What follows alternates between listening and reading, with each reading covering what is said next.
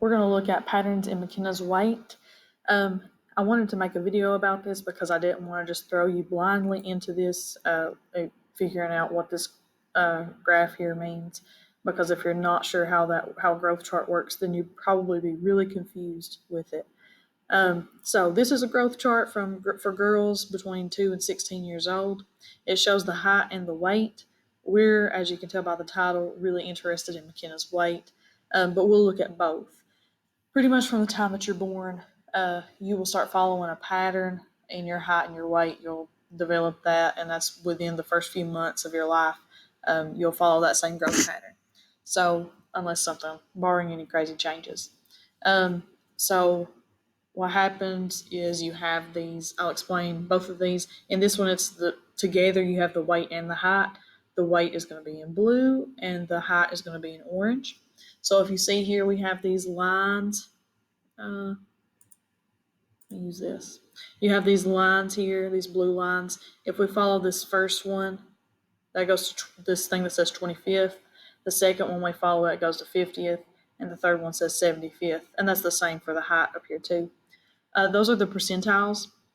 So what that means is that if you are in the 25th percentile, then you are around that curve, around that line.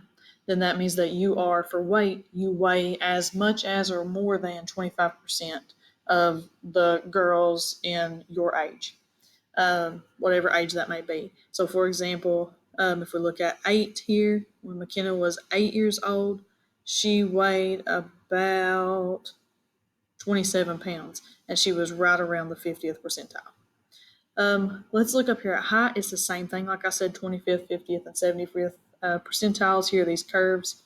If we look at height here, when she was age 8, she was about 126. That's centimeters. Let's see how many inches that would be.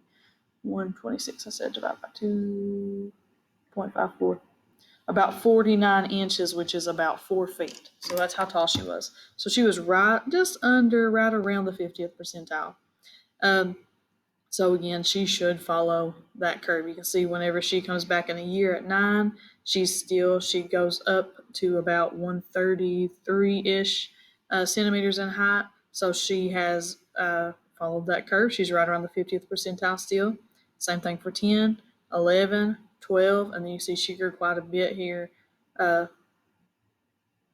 between 12 and 13. And then she sort of tapers off here. That is normal.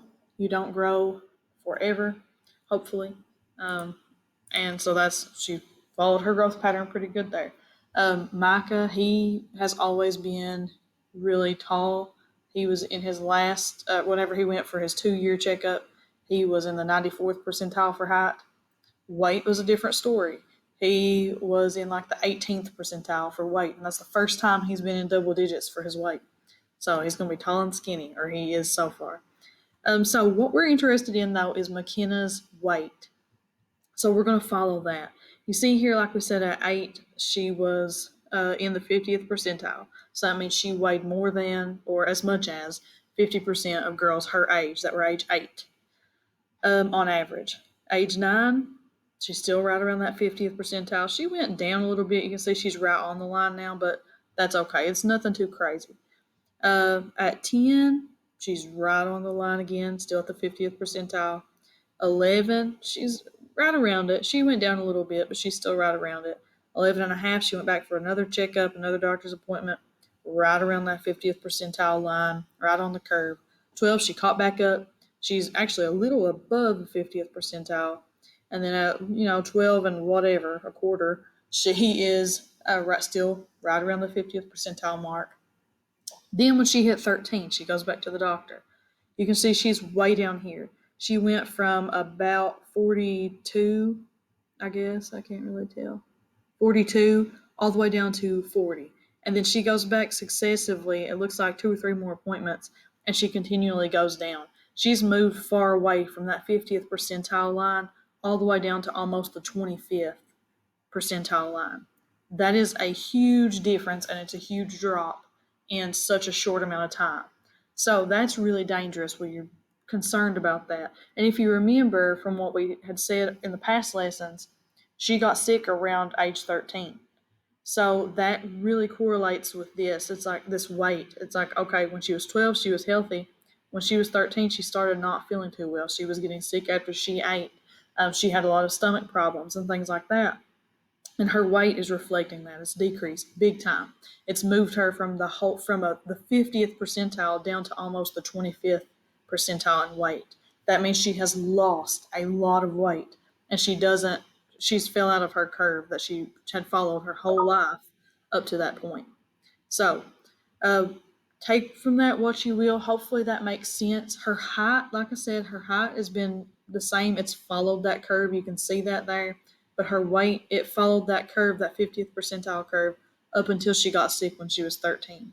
So we're going to take this information, take this chart, which I've attached to the assignment, and you're going to complete just a few questions talking about her weight.